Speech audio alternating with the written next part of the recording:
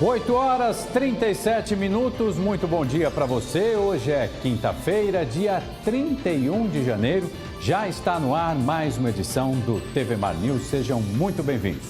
E como eu digo sempre, você também pode acompanhar o nosso programa ao vivo pela internet, no endereço muito fácil, www.gazetaweb.com, também no nosso canal no YouTube, pela nossa página no Facebook. E além de tudo isso, baixe o aplicativo da TV Mar, assim você acompanha de graça toda a nossa programação. E nos ajude a fazer o TV Mar News utilizando as nossas redes sociais que já estão aí na telinha para você.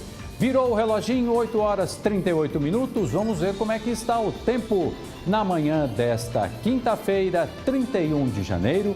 Nas imagens do nosso querido azulino Márcio Andrei. Vejam aí, o dia começou muito bonito, mas agora o tempo fechou. E já a previsão do tempo com a nossa mamãe Apolane Santos. E como eu digo todos os dias, o TV Mar News é um oferecimento Apvida. Saúde, odontologia, 25 anos de bons serviços prestados. Já que eu falei em saúde, vamos começar o programa exibindo uma reportagem muito importante sobre meningite. Vamos ver os detalhes então na telinha, logo na abertura do TV Mar News desta quinta-feira. Roda! Ellen tem 13 anos e foi diagnosticada com meningite horas depois do seu nascimento. Doença que deixou graves sequelas neurológicas na garotinha. Ela não manda e não fala, entendeu? Isso que eu tenho falado sempre a todo mundo. Porque assim, ela não fala, mas ela fica conversando, sua mamãe te ama muito, foi isso que deu você pra mim. E a mãe, com a pouca força, ela tá cuidando de você, por isso ela fala, aí começa aquele sorriso.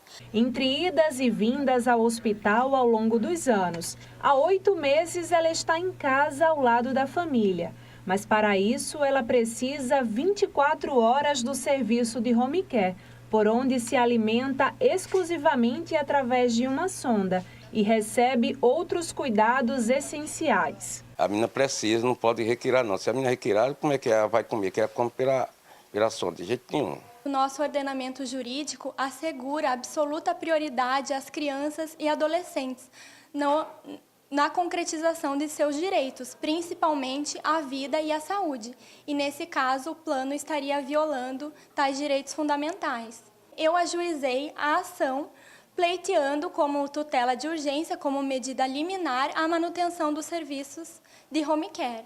A juíza Ana Florinda Dantas, responsável pela decisão durante o plantão judiciário, explica que determinou a manutenção do tratamento domiciliar, obedecendo ao plano terapêutico descrito pelo médico pediatra e que também fixou multa diária de R$ 5.000 em caso de descumprimento.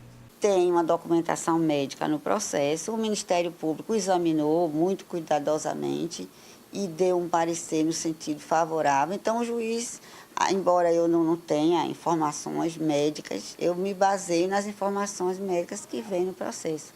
Pelo que eu li, pelo parecer do Ministério Público, pelo que tinha ali, realmente não tinha outra alternativa a não ser manter. Foi muito rápido e deu tempo, graças a Deus, entendeu? Porque não é fácil, né? Aliviados, os pais de Suelen afirmam que sem o serviço, a filha deles poderia não ter resistido. E o que é que a Suelen representa para o senhor, seu Adilto? É tudo, a minha vida. Se mexer com ela, é melhor me matar. A minha filha, jamais vou abandonar a minha filha de jeito nenhum. Uma bênção na minha vida, apesar de tudo. Que bom que tudo terminou bem, né? Mais uma vez, obrigado ao pessoal da comunicação do Tribunal de Justiça. Uma matéria muito importante logo na abertura do TV Mar News desta quinta-feira. E importante também é a participação ao vivo do repórter Videl Araújo, que hoje está ao lado do repórter cinematográfico Flávio Santos. Muito bom dia para vocês.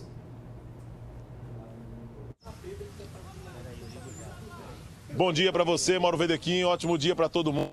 Um abraço de casa, pessoal que acompanha o programa TV Mar News na manhã desta quinta-feira, né? Uma quinta-feira de muito sol, porém ainda um tempo nublado na capital alagoana. Daqui a pouco a previsão do tempo com a nossa Porlane Santos. Mauro Verde aqui, nós estamos no Ibama, aqui na parte alta, já que neste exato momento ocorre uma reunião. A Agência Nacional das Águas, que divulgou na última terça-feira à noite uma lista de barragens que terão fiscalização priorizada em todo o país. Depois da tragédia que ocorreu em Brumadinho, em Minas Gerais, uma segunda tragédia naquele estado acaba mais uma vez despertando nas autoridades o interesse de saber se as nossas barragens precisam passar por melhorias.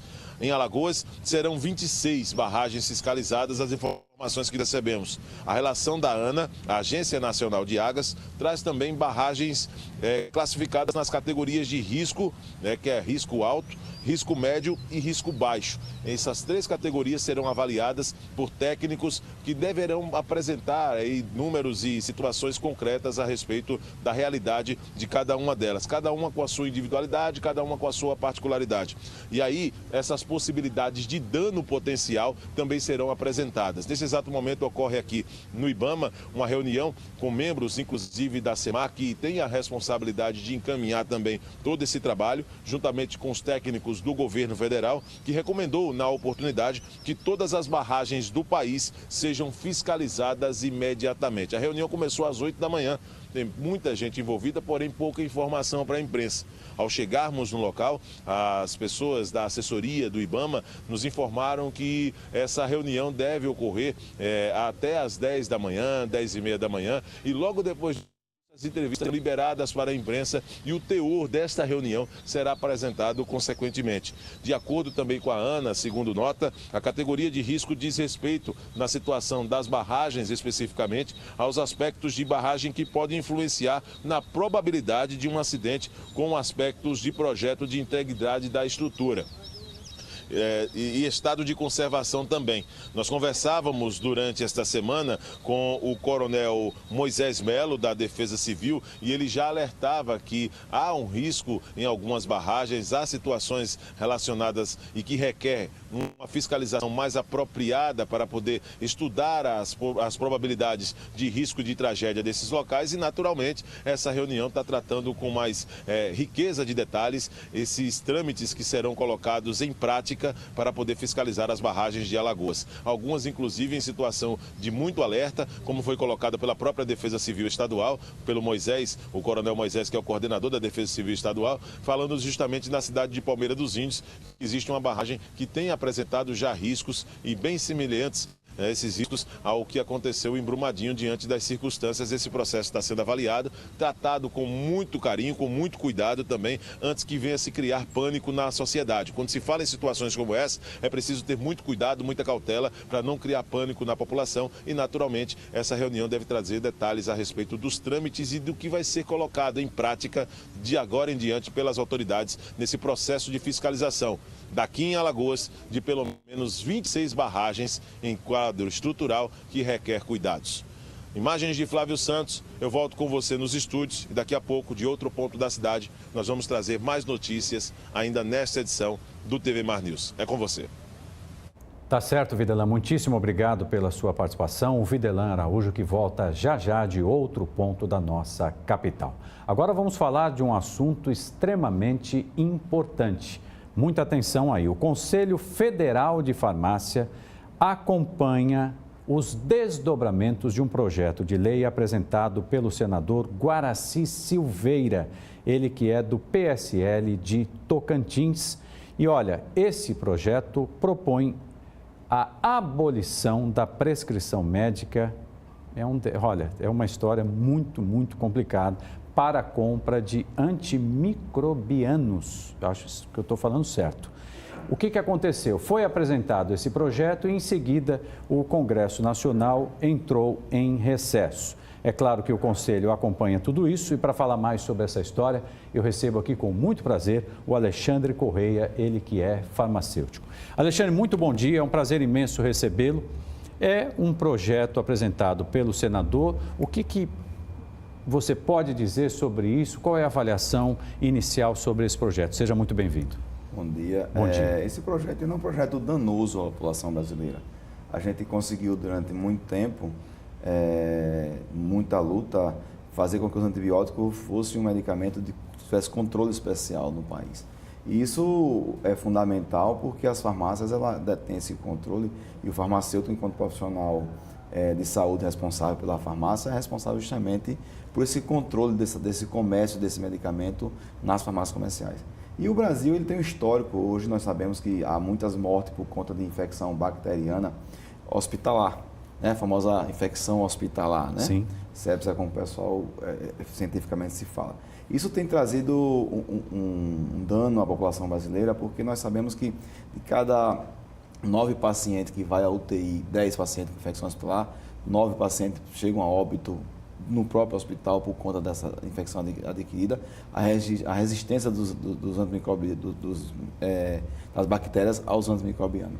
Isso é assim, danoso à saúde pública de várias formas, tanto para a população de forma direta no impacto, como indiretamente, porque o custo de um paciente, por exemplo, na UTI, onde ele faz uso de antibióticos de geração para combater essa superbactéria, chega aproximadamente a R$200 mil mês, paciente, um paciente. Puxa então, assim, vida. É um custo altíssimo para o Sistema Único de Saúde, é um retrocesso a nível mundial. Nós temos indicações no mundo todo, onde o antibiótico é um medicamento tratado com diferenciação, justamente por conta desse dano que ele traz. Nós temos resquícios no Brasil comprovados cientificamente da infertilização de peixes por conta de resíduos de antibióticos, né, e de outros medicamentos nas águas, inclusive na água potável que a gente consome. Então, isso é uma coisa que não tem cabimento. E ele traz uma outra situação muito delicada, onde ele diz que não vê mais necessidade de ter farmacêutico nas farmácias. Ora, também isso, Também isso, ele na sua fala, ele relatou isso muito claramente, que é uma coisa que não tem mais porquê, porque medicamento é industrializado, você não tem que se manipular medicamento. Lei do engano, né? Em qualquer país do mundo sério, você não compra um paracetamol, você não compra uma dipirona sem ter o farmacêutico presente na farmácia, por conta do dano que esse medicamento pode trazer à saúde da população. Sem dúvida nenhuma. Pelo que nós sabemos, Alexandre, o Conselho agora vai tentar uma conversa, né? Uma atitude muito importante até para esclarecer o que parece desconhecer o senador, né? O Conselho ele tem feito um trabalho, através da sua comissão parlamentar em Brasília, muito forte de atuação no Congresso. Lógico que com a formulação de pareceres científicos, mostrando o porquê, com dados, com número, e o Conselho está atento sim para ir para a discussão e alertando a população precisa se manifestar, entrar no site do Senado e votar contra esse projeto de lei, né? Porque assim, não é uma questão de ser cooperativista com a classe, não, é uma questão de saúde pública. Estamos falando de um medicamento que causa mortes anualmente no Brasil em grande quantidade. E é importante a gente lembrar o nosso telespectador, né, Alexandre, que durante muito tempo a venda desses remédios era liberada e houve um avanço quando passou a ser obrigatória a prescrição médica, né? E agora a gente vai voltar a retroceder no processo na contramão do resto do mundo, onde você tem um caso de saúde pública muito claro, como a gente falou. Imagine quantas pessoas fazem cirurgia, quantas pessoas chegam no hospital. Quem vai ao hospital fazer um procedimento necessita de antibiótico. E como é que você vai trabalhar isso? Uma população que adquire resistência. Nós temos hoje 7 bactérias autorresistentes no mundo. O Brasil tem todas elas no território nacional. Nós estamos falando de um país de dimensão continental, que traz prejuízos, como eu falei, drástico para a população brasileira. Então, a questão de saúde pública, a falta de informação, a gente precisa, sim, que a população esclareça, que todos os farmacêuticos votem contra esse projeto, que a população vote, que as entidades públicas se manifestem contrário a isso, porque é um projeto que, na nossa opinião, enquanto farmacêutico profissional que atua com o controle do medicamento, ele é danoso, sim, à população brasileira. Quero agradecer demais a tua presença e já fica o convite para você voltar aqui assim que a gente tiver o próximo passo dessa história, que eu tenho certeza que quem está em casa está preocupado, porque voltar ao que era realmente não faz bem a ninguém. Muito obrigado pela presença. Muito obrigado, eu que agradeço. Estamos sempre à disposição para esses e outros temas que possam ser debatidos a título de levar conhecimento à população da necessidade do cuidado com o medicamento. Parabéns pelo trabalho. Gente, vamos fazer o seguinte, agradecendo mais uma vez a presença aqui do Alexandre. A gente vai para um rápido intervalo comercial e eu volto já já com outras notícias. 8h52.